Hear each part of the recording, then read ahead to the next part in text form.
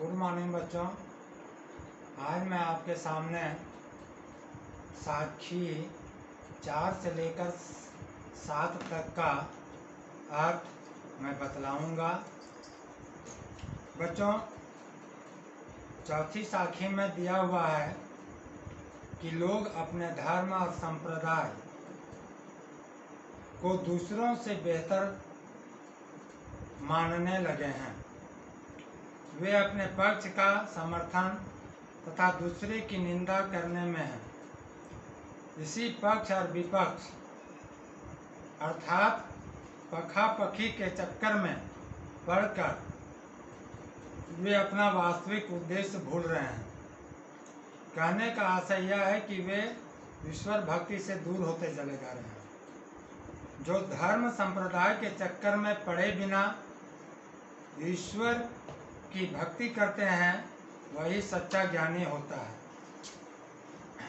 बच्चों, 5वीं साखी में यह बतलाया गया है कि निराकार ब्रह्म ही सर्वोपरि है। निराकार का मतलब होता है जिसका कोई आकार नहीं हो, कोई रूप नहीं हो, कोई रंग नहीं हो। वह सर्वव्यापी है, कण कण में निवास करता है, रग रग में निवास करता है, रोम रोम में निवास करता है। कबीरदास ने इसी निराकार ब्रह्म की उपासना की है और मनुष्य को सीख दी है। कबीरदास कहते हैं कि हिंदू राम और रहीम को मुसलमान लोग बंदगी करते हुए पूरी जिंदगी बिता देते हैं। हिंदू केवल राम राम करते हैं लेकिन उनको कुछ मिलता नहीं। मुस्लिम भाई लोग क्या करते हैं कि खुदा का केवल नाम लेते हैं और अंत में जीवन लीला समाप्त कर देते हैं। कबीरदास कहते हैं कि वास्तव में यह ईश्वर का रूप नहीं है, यह सच्ची ईश्वर भक्ति नहीं है। ईश्वर भक्ति वह कहलाती है जो राम और खुदा के चक्कर में न पढ़ करके प्रभु की भक्ति करता है, वही सच्चा है और वह सच्चा ज्ञानी वही कहलाता है।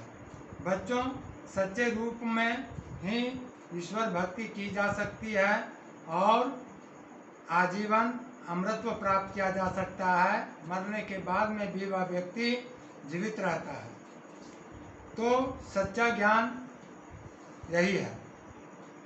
बच्चों, हम आगे की ओर देखेंगे 6ठे अनुच्छेद में या 6ठी साखी में कि कबीरदास कहते हैं कि जब मनुष्य के मन में धार्मिक भेदभाव मिट जाता है तो उसकी धर्मांधता जो है वह समाप्त हो जाती है। कहने का अर्थ यह हुआ कि धार्मिक संकीर्णता जो है खत्म हो जाती है। उसके लिए राम रहीम काबा काशी का कोई महत्व नहीं रह जाता। ईश्वर सच्चा भक्त को स्वीकार करते हैं और सच्ची भक्ति होती है वही सच्चा भक्त कहलाता है। यहाँ पर कबीर ने मोट चून शब्द का प्रयोग किया। मोट चून का मतलब गेहूं का बना हुआ मोटा आटा। यदि हम इसे बारीकी से पीस दें तो मैदे और आटे में कोई अंतर नहीं रह जाता। इसके माध्यम से कवि ये कहना चाहते हैं कि संप्रदाय अथवा धर्म से ऊपर उठ करके हमें ईश्वर की भक्ति करनी चाहिए, एकाकार हो जाना चाहिए। बच्चों, 7वें अनुच्छेद में कवि ने बहुत अच्छी बातें कही हैं। उन्होंने कहा है कि कर्म का महत्व होता है, जन्म का नहीं। व्यक्ति जन्म से नहीं कर्म से महान होता है। अतः हमें सद्कर्म करना चाहिए। जिस तरह से सुवर्ण यानी कि सोने का कलश में यदि शराब भर दिया जाए तो उस कलश की निंदा होती है। उसी तरह से ऊंचे कुल में रह करके यदि हम अच्छे कर्म नहीं करते हैं, सद्कर्म नहीं करते हैं तो हमारे कुल की बदनामी हो जाती है। अतः कुल की महत्ता न दे करके कर्म की महत्ता को ही स्वीकार करना चाहिए। कबीर की यही सीख है। तो बच्चों, इस तरह से पूरी साखी का अर्थ आपको मैंने बताया। पहले भी वीडियो में मैंने बतलाया था, आज मैं इसकी पूर्णाहुति कर रहा हूँ।